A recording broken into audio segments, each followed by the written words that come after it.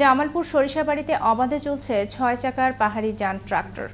এতে নানা দুর্ঘটনার শিকার হচ্ছেন স্থানীয়রা। তাদের দাবি, এসব ট্রাক্টর বন্ধ করা না গেলে ঘটবে বড় ধরনের দুর্ঘটনা। জামালপুর সরিষাবাড়ি উপজেলার প্রতিনিধি নাসিম উদ্দিনের প্রতিবেদনে ডেস্ক রিপোর্ট। কৃষিকাজে ব্যবহারের উদ্দেশ্যে আমদানি করা ট্রাক্টর ব্যবহার হচ্ছে এখন বাণিজ্যিক যানবাহন হিসেবে, কিন্তু অতিমাত্রায় পণ্য বোঝাই ও চাকার বিটের কারণে ক্ষতিগ্রস্ত হচ্ছে লোকালয়ের কাঁচা পাকা সড়কগুলো।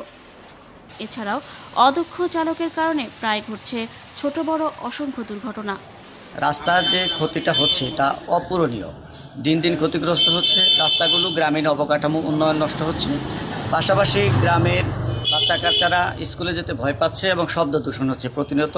কিন্তু প্রশাসন কী কারণে এটার বিরুদ্ধে ব্যবস্থা নিচ্ছেন আমার বোধগম্য নয়। আমরা চাই কর্তৃপক্ষের জন্য এই বিষয়ে একটা চূড়ান্ত ডিসিশন নেয়, যাতে আমাদের বাচ্চা কাচ্চারা স্বাচ্ছন্দ্যে স্কুল কলেজে যেতে পারে এবং এই ক্ষতিকর গাড়িটা যেন রুটে না থাকে।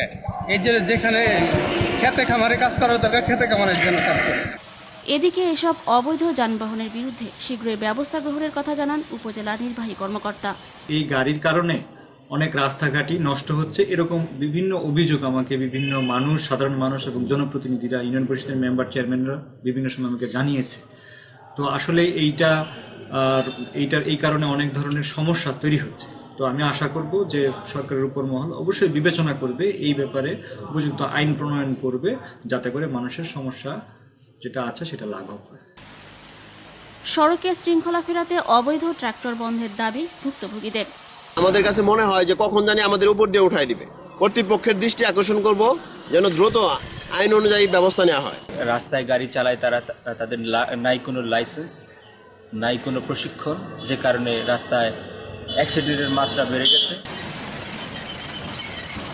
নয়নমণি, আনন্দ টিভি, ন্যাশনাল ডেস্ক।